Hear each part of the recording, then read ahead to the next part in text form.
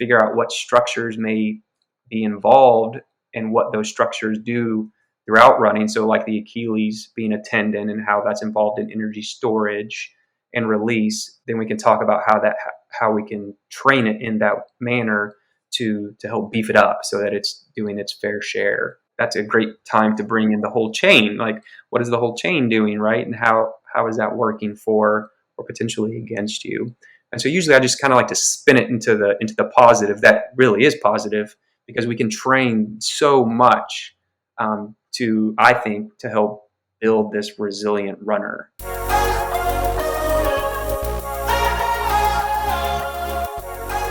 Hey, welcome to the Bodies Built Better podcast. I'm your host, Jackie Tan, and this show is all about human performance. And today I have the absolute privilege of speaking with a doctor of physical therapy, Dr. Jason St.Clair. Jason helps runners achieve their goals throughout their running journey and programming and throughout the injury process if they're unfortunate to come up with an injury. This interview is so wonderful because he really provides some absolutely valuable insights into the world of injuries and how to rehab and the mindset that you need to go into it with, but also how that comes through your programming as well. And when you have a professional who really understands how to navigate the world of running, what programming looks like, and marrying the two together, the manual therapy with the programming for movement for injury recovery, it's a beautiful thing. And he does such an incredible job of explaining all of this and really diving deeper into certain types of injuries as well. We dive deeper into things like Achilles tendinitis and how we need to build up the Achilles and certain things that we commonly may hear or do, and the things that we also need to be looking at when we're dealing with something like Achilles tendinitis. It's such an awesome conversation. We dive deeper into some Instagram posts that he has posted on his social media, and it just breaks down some of the, narratives that we may have around running, around training, around recovery, and the things that he thinks is something that all runners should be incorporating into their routine as well. So there's so much valuable insights into how to become a better, stronger, resilient runner. So let's dive straight into this episode with Dr. Jason St.Clair. Jason, thank you so much for chatting with me today. Welcome to the Bodies Built Better podcast. Thank you so much, Jackie, for having me. I'm a big fan and I'm excited to be here. Oh, thank you. That means a lot. Well, I'm a big fan of you and your incredible wife, Katie. It's probably less than 12 months that I spoke to her on the podcast. So super excited to have you on as well. You are a doctor of physical therapy and you work with a lot of runners, which is really cool and something I can relate to because when I was working, I worked with a lot of runners, and the thing I love about runners is their commitment and dedication to all the training and, getting everything out of themselves and continually pushing themselves to get better and get the time or a new event or whatever it is. And it really inspires me. That's why I really loved working with them. And I would love to know, what drew you into working with runners and helping them on their journey and achieving their goals? Yes, great question. And I share that same love for sure. And I think it's really two things. I kind of have this formal draw to runners, but then I also have a very personal draw to runners. And I think that's probably what drives it more. So I was a runner, identified as a runner in college. I loved basketball and running and I was obsessed with basketball in high school, but I was not offered a basketball scholarship. And I was a track scholarship. And so I was a middle distance runner and ran in college. So running at that point in my life was kind of the thing that was always there when I needed it. Like if I was short on time or whatever, it was just something that I always had. Whereas basketball was the thing I love. And then fast forward about a year into it at college, I was running 40 to 60 miles a week and playing 2 to 3 hours of basketball a day, at least 3 days a week. And I ended up with a stress fracture. And that was kind of my first injury and first kind of gut check, like, oh, hey, you can't always you can't do everything, right? Like you're not an invincible being. And so I realized at that time that running really wasn't something I wanted to pursue. And I just ran the 1 year. I wasn't super happy at that school. So I transferred universities. And that led me to just kind of running recreationally. I worked as a personal trainer. And then I was hit with like my real injury. So I was snowboarding and took a nasty accident, and I have, like, the medical term is a spondylolisthesis, but essentially I have kind of a fracture on both sides of my spine. One moves forward on the other, and so I had this reoccurring back pain, and I was entering PT school, and running was the one thing that was always there for me, and it was the one thing that I couldn't do consistently, um, and so it just became this like relationship with something that is kind of like, oh well, now you can't have it when you want it. And I was told by healthcare providers, just do something else besides running, and that truly hurt. Like, it was awful to hear. And so then, I had to empower myself to get back. And so I've done it. And I think being somebody who's actually done it and made their way, like clawed their way back from something that I just didn't think was a possibility, like really resonates with me as a provider. Like when I see somebody, like I just want to like hold their hand, like, and just take them there. I mean, so many people resonate with that as well, like having an injury and being told not to do the thing that they love doing. And it's like, well, basically, you're breaking their heart. And then what? What next? So I'd love to know more about that in terms of your approach to injuries and to a client. So do you say client or patient? I usually just say client. Client, yeah. So when you're working with the client, yeah, how do you manage that, the injury, helping them get better, making sure that, you're keeping their goals in mind and their happiness and the joy that they get out of the most important thing for them, the running? I think I'm like a huge believer in truth. So I think just being true about all of it. Like if somebody asks you, what you do for fitness and your go-to answer is I'm a runner, then you have a relationship on your hand. And I don't think relationships are, all always positive. And I don't think that unless you sit with it, you don't really know what it is that you're getting from that relationship. And I think that's super important. For a lot of people, running is their kind of hum or their flow state or their meditation, but it's also physically demanding.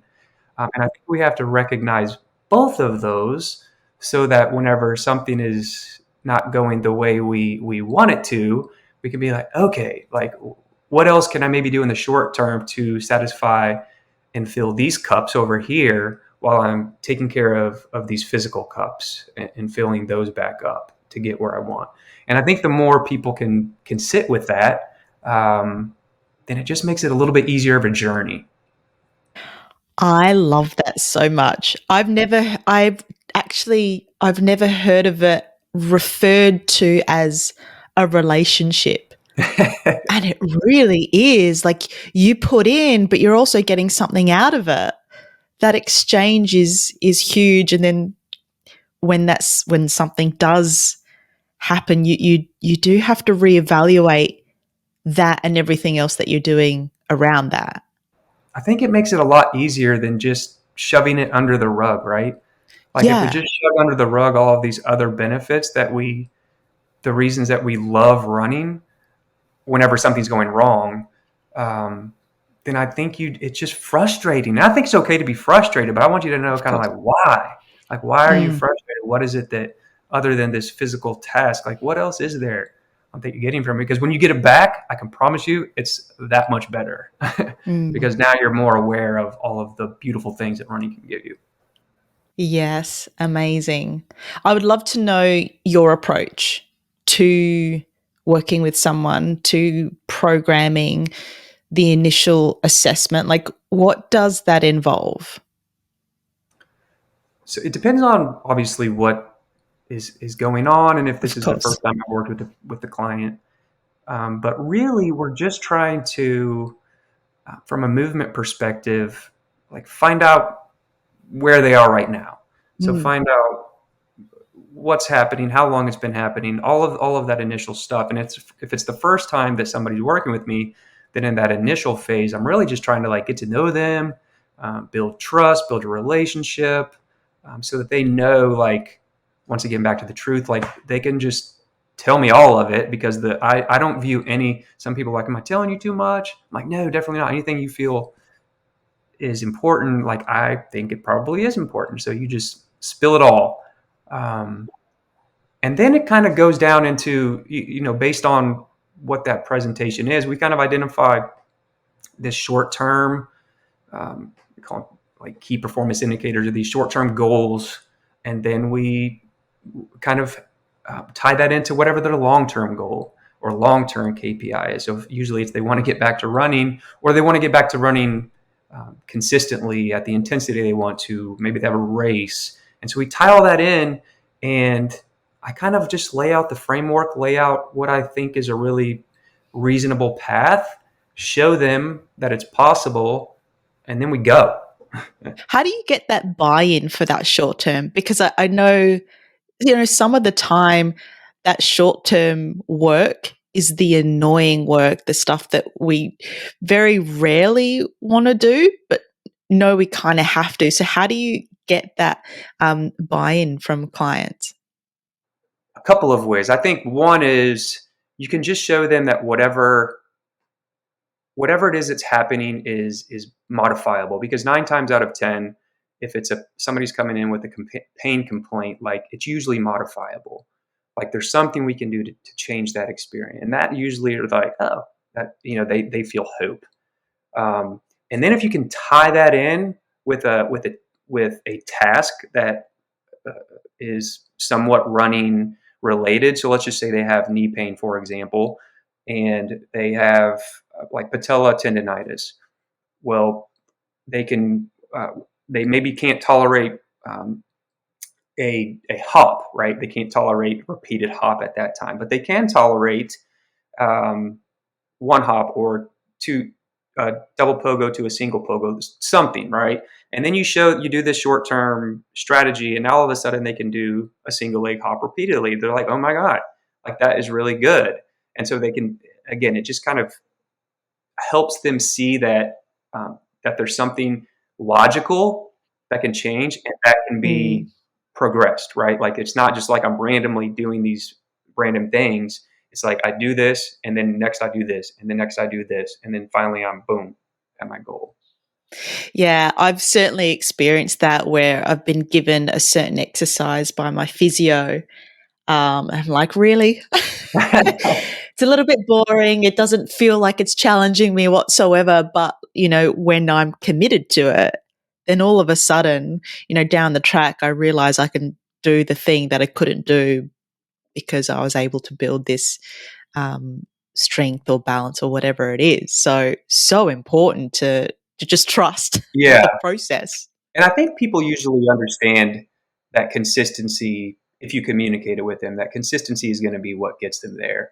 It's like any other change you're going after. It's not what you do necessarily in that 1 hour we're together. It's what you do in between sessions that really gives you this change you're after. Exactly. That's it. And I'd love to know, like, at what point, when do you take, this is going to sound harsh, when do you take running away? Or when do you keep it in? Um, yeah, when does that happen with clients?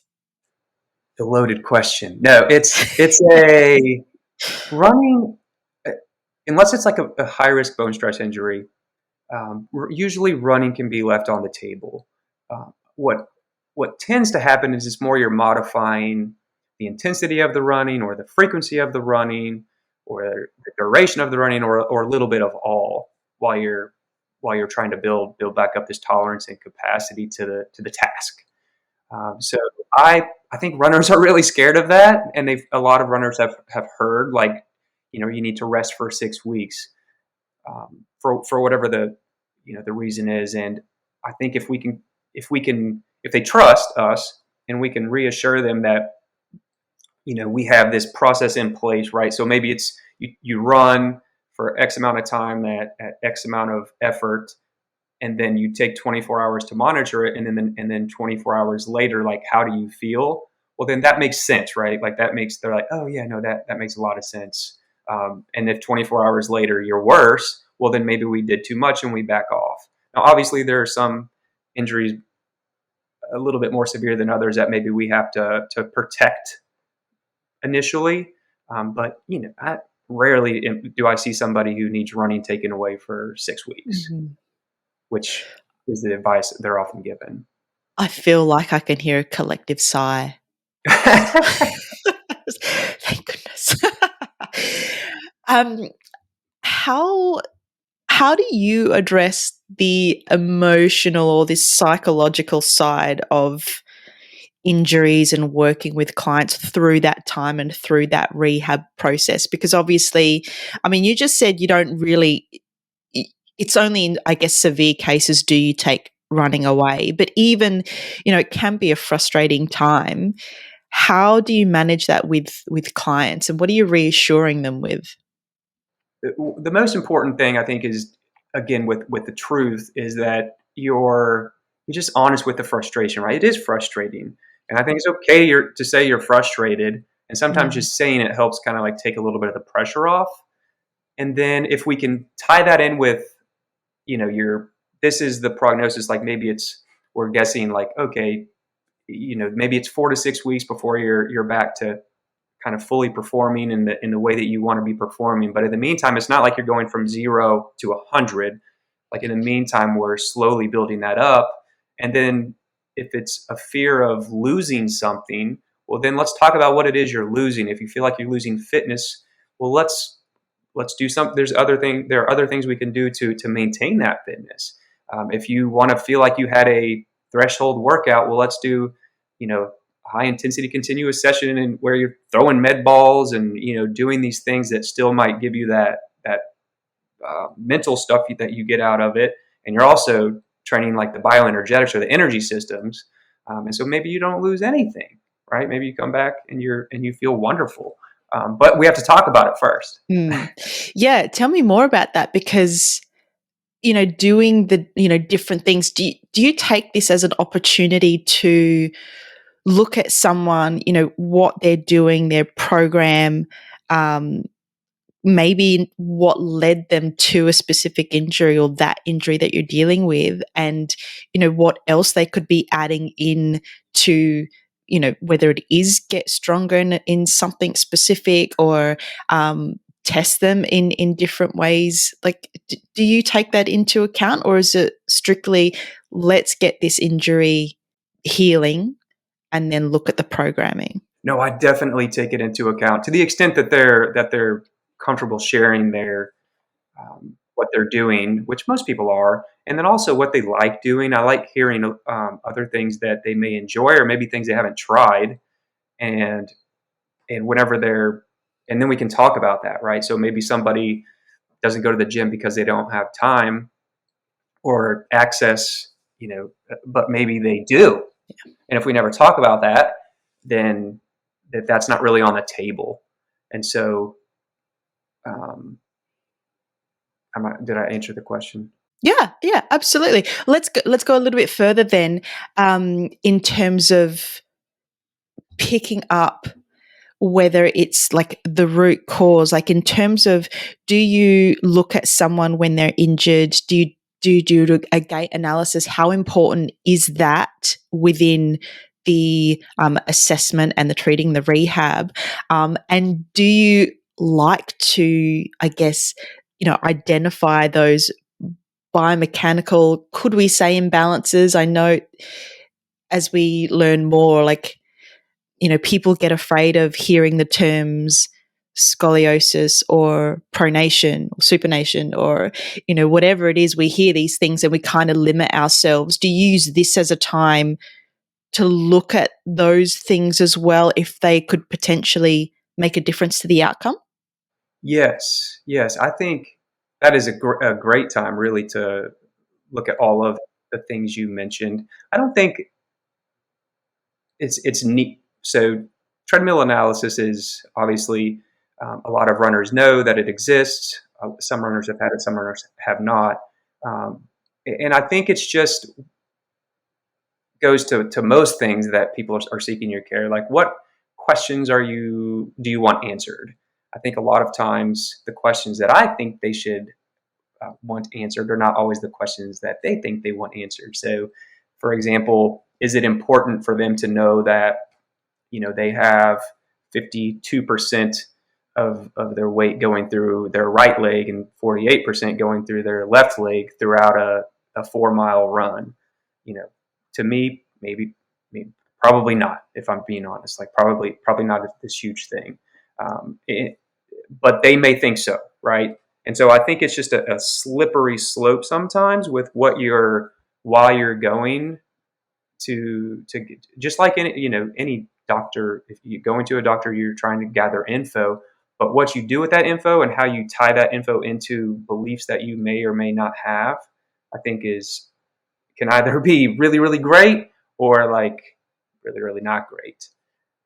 But having said that, I do think when someone's injured, it does give you some objective data so that as you're moving through the process of rehab, that you can kind of come back to and say, hey, you know, you didn't have um, X on this test, and now you do. Like usually limb symmetry, right? Like looking at a lot of times runners are Mhm. looking at the difference between left and right.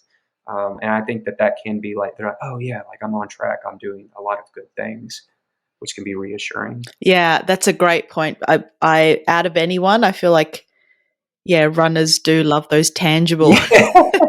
things to really let them know that they're on track. And it's funny because I had a few clients who would tell me, I think they got it from their watch or something. I can't remember how they get that data, but yeah, so much percentage is going through one leg over the other, and how that can mess with someone if you're doing 20 Ks of a long run on the weekend or something. A lot of times I'll get this info from people who are feeling great, and they're like, and they look at it every day. They look at it and they send it to me, usually it's like, hey, look at this, it's getting better. I'm like, was it ever really bad? Yeah, it's so interesting. Let's talk about let's talk about the things that either runners have probably experienced or they've certainly heard of. Injuries like shin splints, ITB syndrome, Achilles tendinitis, that's one thing I would see a lot of. What is your approach to these common complaints? How do you deal with it in terms of your programming, and what's the conversation that you're having with your clients? Yeah, I think, well, the shin splints may be a little bit different, but the just in the sense that oftentimes I see that with people who are just have like quick spikes. So maybe they are new to running and they've done a whole bunch, or I work with youth athletes and same thing. They haven't. This may be their first season and they just go all out, and now they're having these pains, and so sometimes that's just a workload thing. Not that the others aren't, but with IT band syndrome, the Achilles tendinopathy. One, I think it's important to let them know that it really is common, right? If we're running, like Mhm. at some point we should kind of expect something is going to show up. But then two, for nearly every injury in the body, like it ends with resilience. Like the body's gonna, if you give it an environment that is suitable for healing, and then you figure out what structures may be involved and what those structures do throughout running. So like the Achilles being a tendon and how that's involved in energy storage and release, then we can talk about how we can train it in that manner to help beef it up so that it's doing its fair share. And same being true with that's a great time to bring in the whole chain. Like, what is the whole chain doing, right? And how is that working for or potentially against you? And so usually I just kind of like to spin it into the positive that really is positive, because we can train so much to, I think, to help build this resilient runner that they want to be. I would love to dive a little bit deeper into the Achilles rehab and making it stronger and doing all the things that it should be doing. How do we do that? It's a good question. I think so. The Achilles gets a lot of glory and time spent talking about it because of the forces that it takes through that, like initial ground forces, right? So like a lot of times you'll see the soleus takes up to 6 times your body weight, which is probably true, but it's not like it does that for the entire. It's like gait cycle. It's a very very short thing that happens, and so there's more to force than just like the speed and peak force. Like there's how long it happens, what range of motion it happens in, and so knowing that it's not this kind of 6% of your body weight happening in a vacuum, which if I think about that, I think, okay, well, I have to just lift really, really heavy for my calf to get it beefed up. But it's not just that. It's what ranges of motion we work it in. And so making sure that we're not just doing a calf raise, which is pretty much up and down, or just a pogo, which again is up and down. When we run, we're wherever you're striking on your foot, you're landing on one side and then you're moving forward and pushing off and landing on the other side. And so we're doing this from one leg to the other with a forward propulsion. So in the rehab process, I think, or even not, I think it's important that some of that is added into the programming. So we're doing hopping that's forward in nature, or we're doing bounding that's forward, but it's intentional. Mm. And we're also loading, making sure that we're not biasing one contraction too much. So when I see a calf raise, maybe the person is like traditional rehab treatment is like, let's do eccentrics. So we're really focusing on eccentric because we know it will break down the tendon, so it remodels, and that's fabulous. But what about, concentric is wonderful because it's what really helps us propel ourselves forward in space. Or what about, the isometric portion? So really just making sure that we're training it in lots of ways. Yeah, I love that. And you literally answered the question I had in my head which was about the eccentrics and um, the glory that gets as well. For people who are not aware of what a pogo is, just a quick description. Yes, it would just be a repeated double leg hop in space. So usually we Okay. use them as kind of like Yeah. this extensive plyo, which just means as opposed to intensive. So the extensive means that we can repeat it for a longer period of time. So it's less intense. And then the intense is the opposite. So it'd be Hmm. like a max jump or something where it's more true power driven. Yeah, beautiful. I'd love to know how you, within the whole process of rehab and someone's programming, how you progressively overload them. So, at what point do you start with one exercise? We've gone through the eccentric, the concentric, the isometric of the Achilles stuff. How do you start with all of that and try and get a low level base of that at a good level and then move on and just increase it? Or do we just start with one of those exercises and um, progressively overload? Like, how does that look? How is that programmed? And what are you watching out for? What's the feedback and Right. what are you looking for? So in terms of somebody with, if they have an Achilles tendinopathy or tendonitis, I'm usually just looking at what is being tolerated, and then like what is not being tolerated, and then how we can bridge those two gaps. So oftentimes it's what's not being tolerated as well actually is the eccentric, or is an end range of motion. But what usually is tolerated is an isometric, where we kind of get to pick and choose these ranges and we can spend time there. And so then we just try to bridge that gap, right? So if somebody is tolerating mid-range really well in isometric, well, then we might move on to the concentric phase, and and then we might move on to the eccentric phase. And this can all be done within like a session. This doesn't. I'm not talking. This isn't like Yeah, cool. uh, Hmm. and then eventually we would get into again what that energy storage and release, right? Because that's what running is. It's this cyclical locomotive energy storage release. It's this kind of hop from one side, hop to the other for a long time. And one thing that I think we often overlook is because endurance runners are, while they're not usually using max speed, like sprinting, right? They're not usually sprinting. Hmm. They're doing something so long that I feel like if we never give them that high intensity stuff, then we're leaving a lot on the table. Like if someone can run for an hour, they should be, in my opinion, be able to sprint for 10 seconds.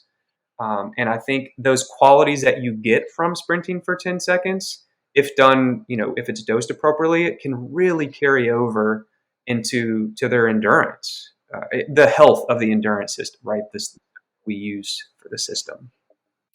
I love that. Can we talk a little bit more about that and how you dose a sprint? Because I I mean, I can speak from experience. I would never include a sprint in my training.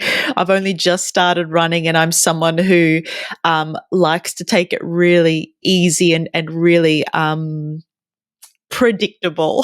So I'll just go out, and one day it'll be, 2Ks, and the next it'll be 3, and then I'll do 2K again, and then I'll just build it up that way. And I'm slowly, getting further and not so much faster. If that makes sense.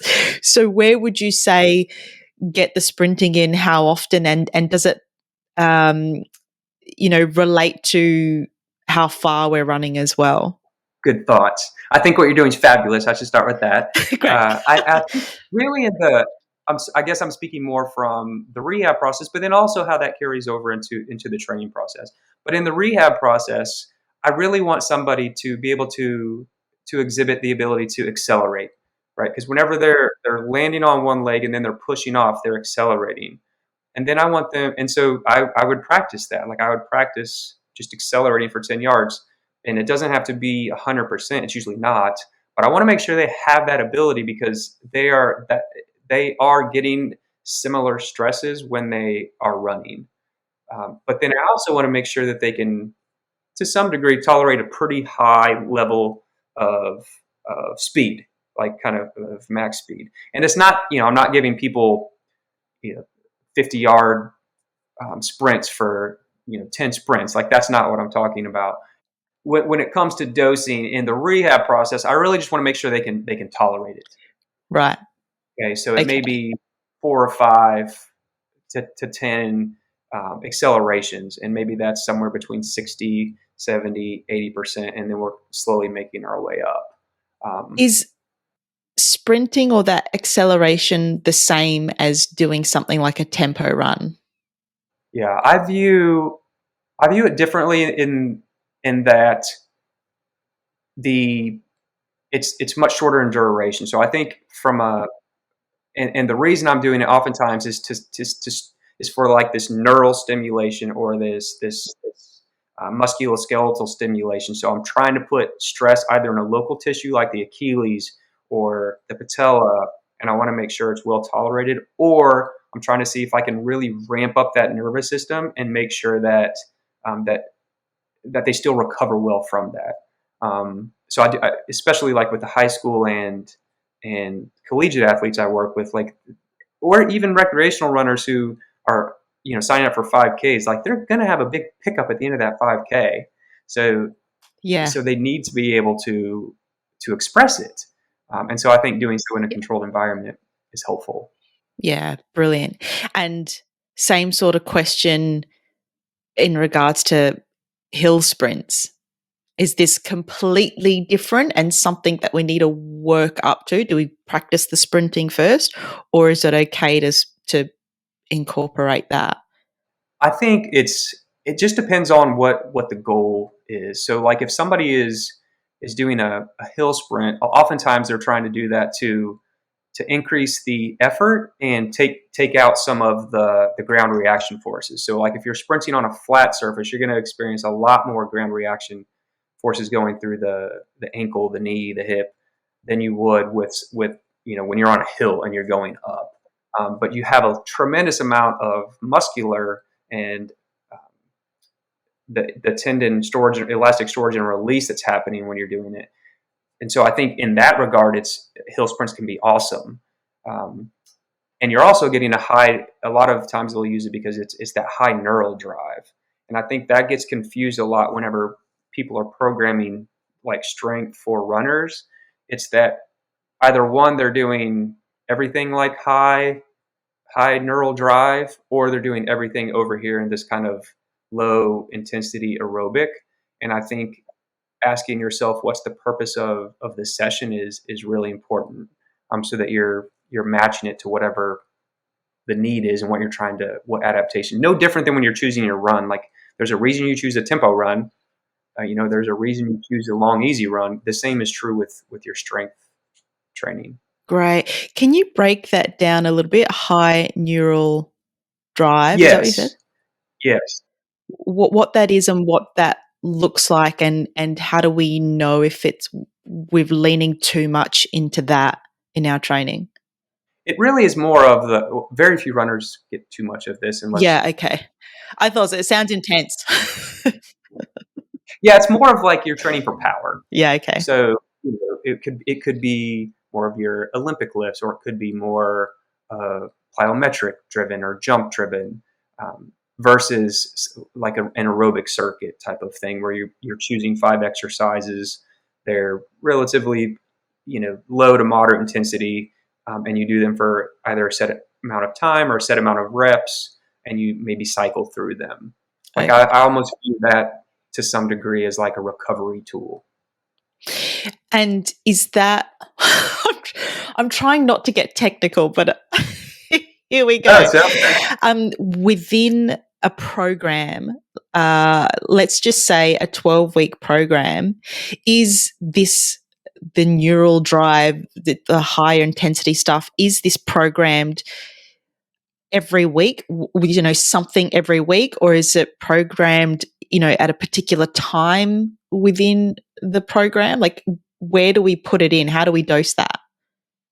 it's a great question, and it kind of it depends on who you're working with. So for Sure. like a high school runner or a collegiate runner, oftentimes they'll have that stuff in the off season. So they'll put this high.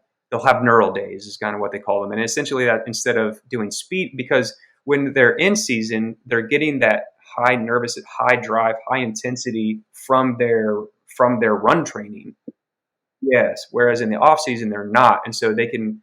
I view it almost as like a variety, right? So you're doing something different to get a similar adaptation, which can be really beneficial. Whereas opposed to you have a recreational runner, maybe you're doing power actually closer to a peak. So let's just say it's a 12-week program. They're training for a half marathon, and as they get closer to the peak, we put in a little bit higher neural drive because that's what they're getting in their runs, right? But maybe we don't do it with things that look like running.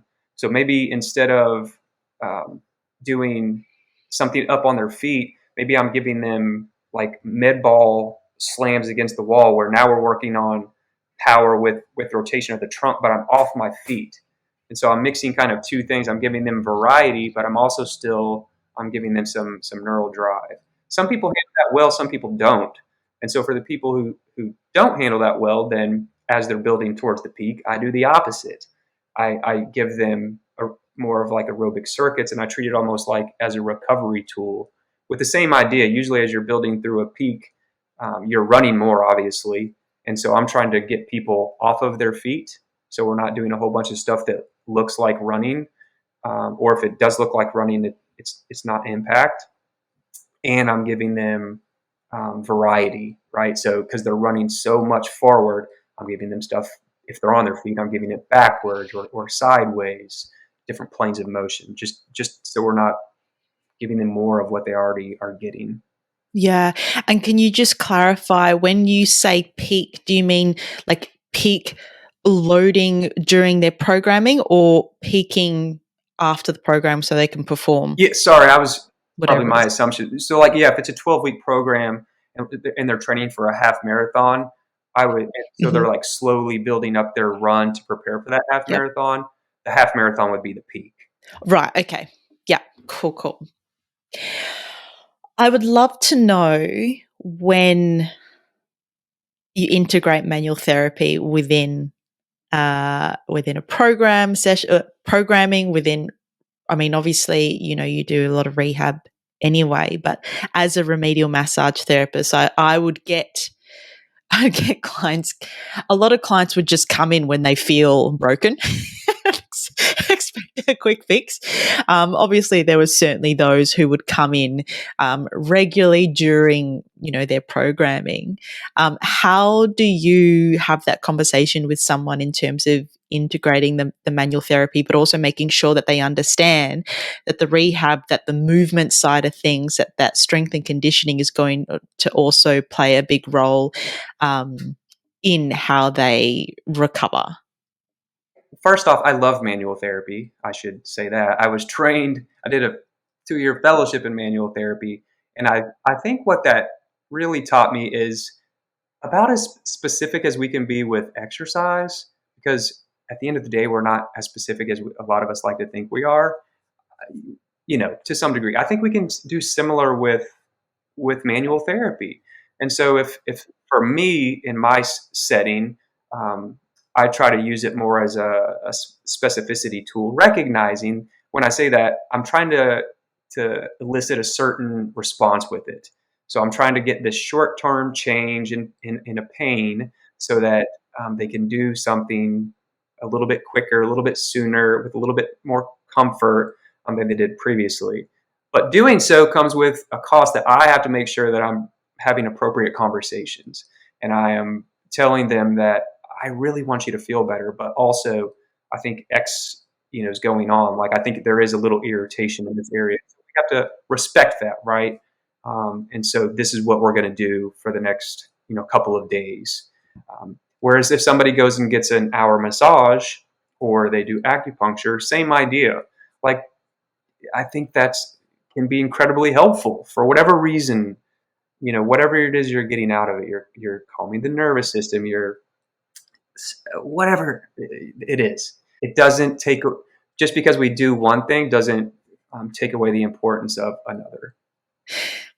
Exactly. And that's so important for clients to understand, because it would be so often that, you know, people would feel great after getting a massage or manual therapy, whatever it is that they're getting.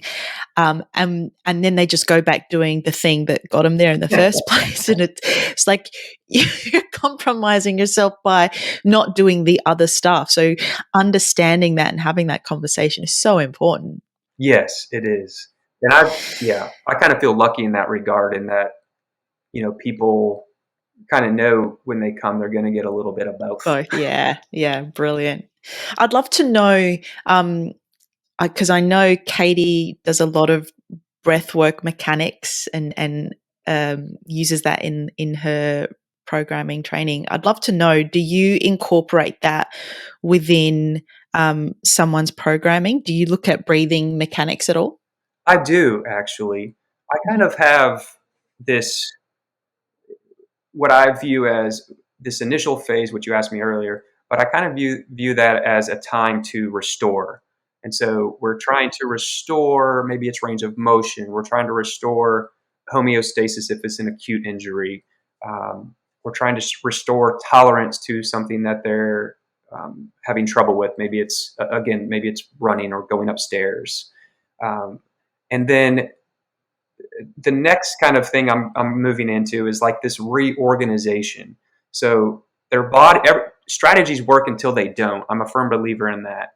So like I don't think that the strategy anybody does are bad, but if they're not working for you, then sometimes your body's asking for change. I love And that. I I think we can kind of reorganize the system. I really do. And I think breath work is a great way to do that. I think it's so, we've been stretching people from the outside for so long. Like in like traditional physical therapy schools, we learn, passive stretches to increase elasticity, um, and I think you can do the same from the inside out, and it's Yeah. amazing, right? Like you can, but I don't think it's for everybody. I think you don't have to do it. I think you can still get people in positions and do stuff. So if buy-in's ever an issue, I don't force it. Yeah. Obviously, nor do Yeah. I think Katie. But yeah, people are open to it. I think during that kind of reorganization phase is the time that I love personally to throw it in there. And is it specific breath work and learning how to breathe? I know that sounds crazy, but sometimes people actually really need to understand how to breathe properly and well. Or is it breathing specifically during running? What does it look like? Yeah, for me, I use it mostly in trying to create shape change. So, like, if oftentimes you'll see these kind of asymmetries that show up and they're kind of patterned, and you just see them a lot. And so I think if we can, so I'll put them in a position where we try to use that almost as like a stretch, if you will. And then I think it reorganizes things, and now all of a sudden a movement, just like the manual therapy that might have been provocative before, is not provocative, and it's something they can do on their own. And so they do it oftentimes. But also, I find a lot of runners, from how they breathe, like they just kind of find their rhythm. They find what works for them. But certainly, if somebody, again, I work with a lot of youth athletes, and they're just prone to getting the cramps, the side stitches, and so kind of going through making sure that they're relaxed, that they're trying to do things to calm, and not get anxious about it, which usually makes it worse. Sometimes I do have those conversations.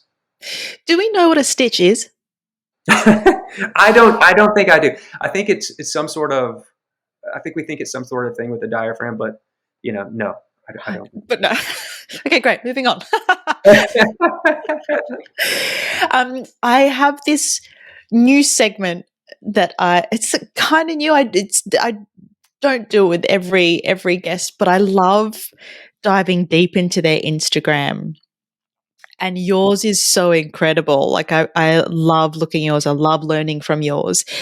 So I would love to do like an Instagram breakdown of some of your posts, and if you could explain them a little bit more. Yes. So the first one is powerful trunk rotation is a must. So I would love to know, why is powerful trunk rotation a must? Powerful may have been a strong word, but no. I think so. Again, with this energy storage and release, right? So if we often think of that with tendons, and so with tendons, with the Achilles tendon, we know that hopping up and down is gonna elicit that stretch shortening cycle, which is going to give us balance and spring, and the same thing with the knee. But that also happens in the trunk. So whenever let's just say your right foot hits the ground, well, when your right foot hits the ground, your left, or excuse me, yeah, your right arm is moving forward while your left leg is in swing, but your right arm is moving back behind you, and so your trunk is rotating, and it's doing that to act as a ground. It's grounding, just like when your foot is absorbing ground reaction forces. Well, if you just had a floppy upper body, if one side wasn't grounding and acting to load like a spring, then you wouldn't go forward, because if you can't load it like a spring, then it can't unload. And so I view that dynamic trunk rotation as an integral thing to train with people, because it's literally half of maybe not half, but it's a lot of what keeps them going forward whenever they're trying to run.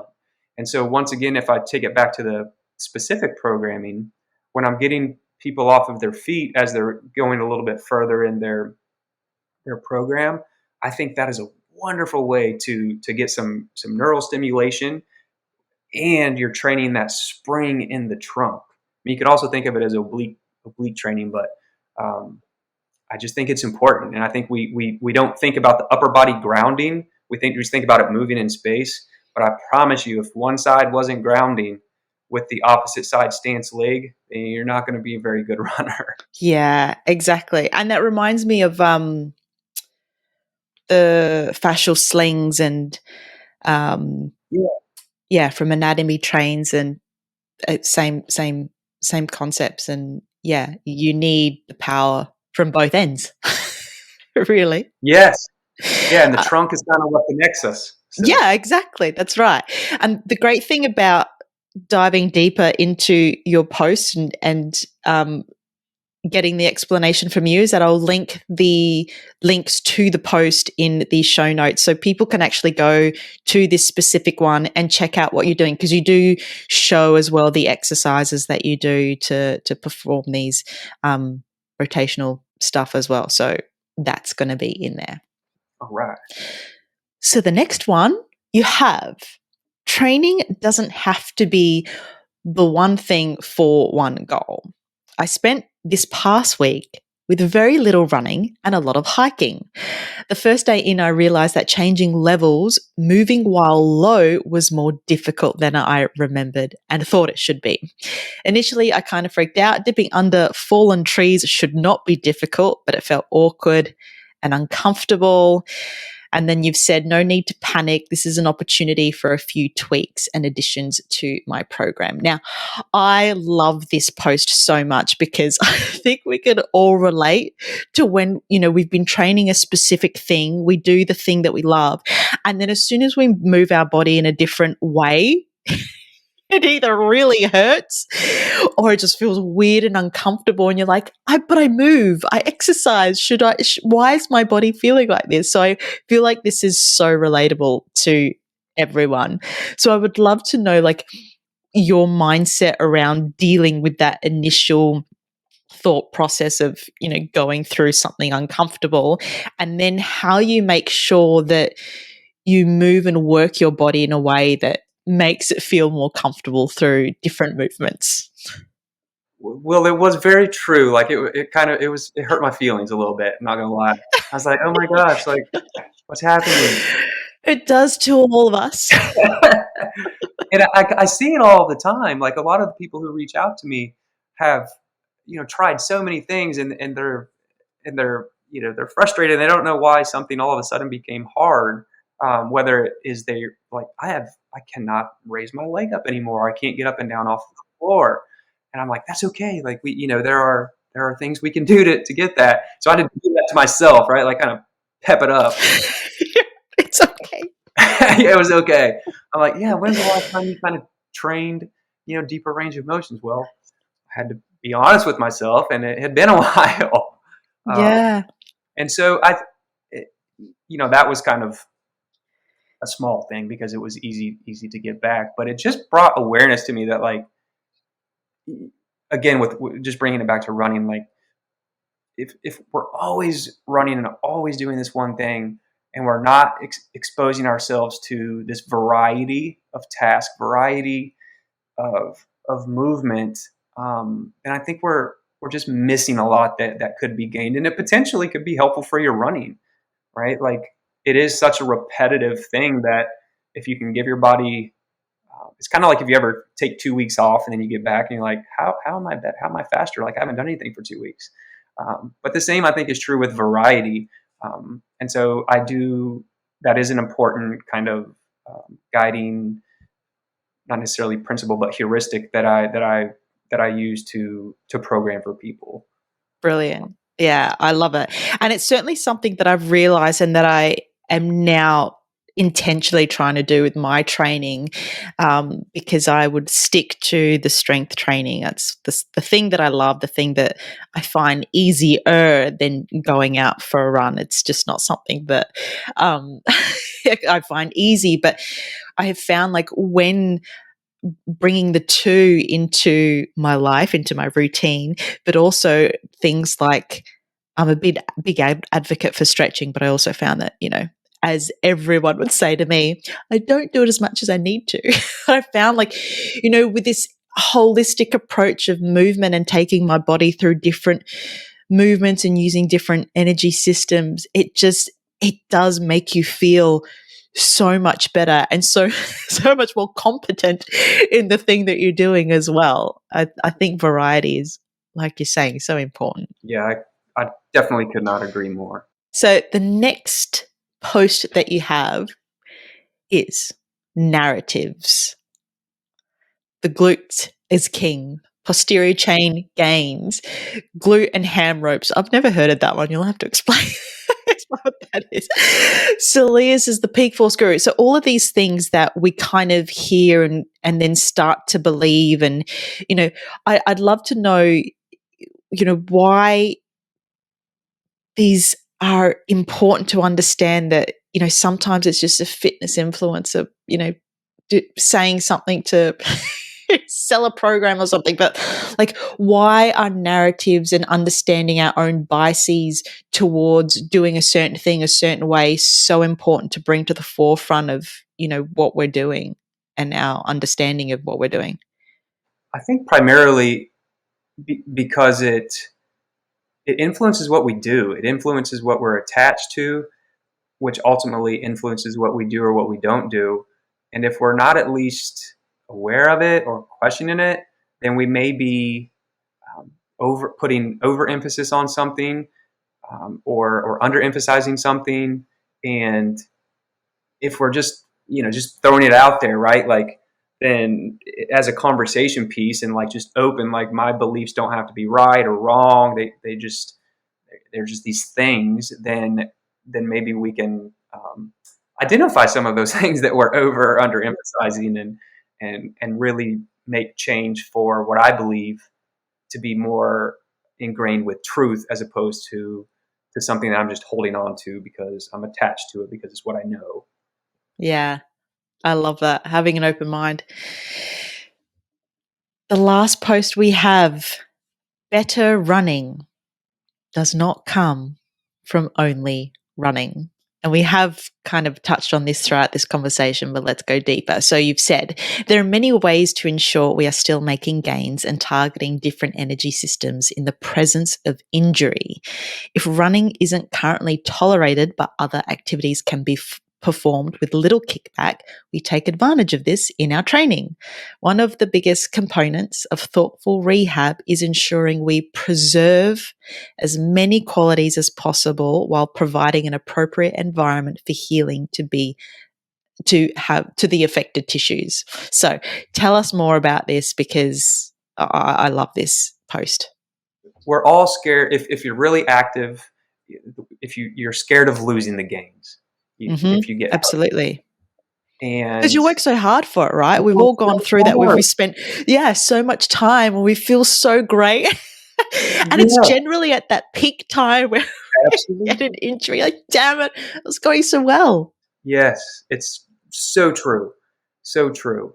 And I think that there are so many things that you've done other than the specific task of running that can be held onto, and whenever to protect that tissue, right? So if we have a knee that we're trying to protect or an Achilles that we're trying to protect, there are so many things we can do to preserve the energetics, the other kind of biomotor qualities, that whenever it's ready to roll again, like, you're good. Like, you're not starting from, which is brings us back to, that's the problem with this 6 weeks of rest.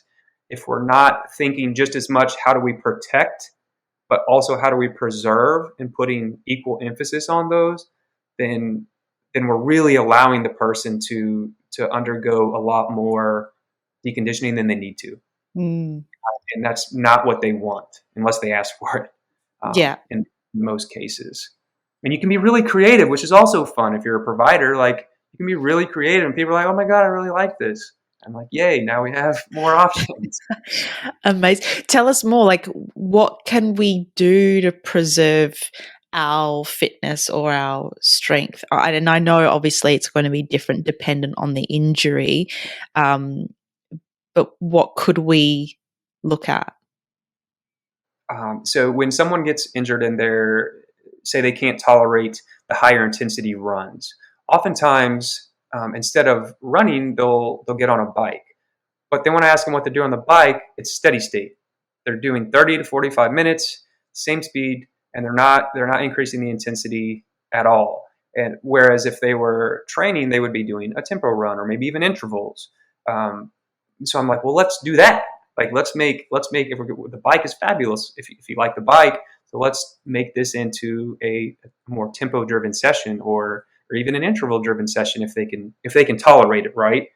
And if they can't tolerate that, then we can use again like these circuit type of workouts where we're slamming med balls, and we're kind of like now taking more of like the heart rate um, and that overall kind of perceived effort of the energy systems to decide maybe it's like 5 minutes of work and 2 minutes rest, whatever it is, but it more mimics what they would be doing during that training cycle, as opposed to just doing another low intensity biking session whenever they're already tolerating a low intensity run session.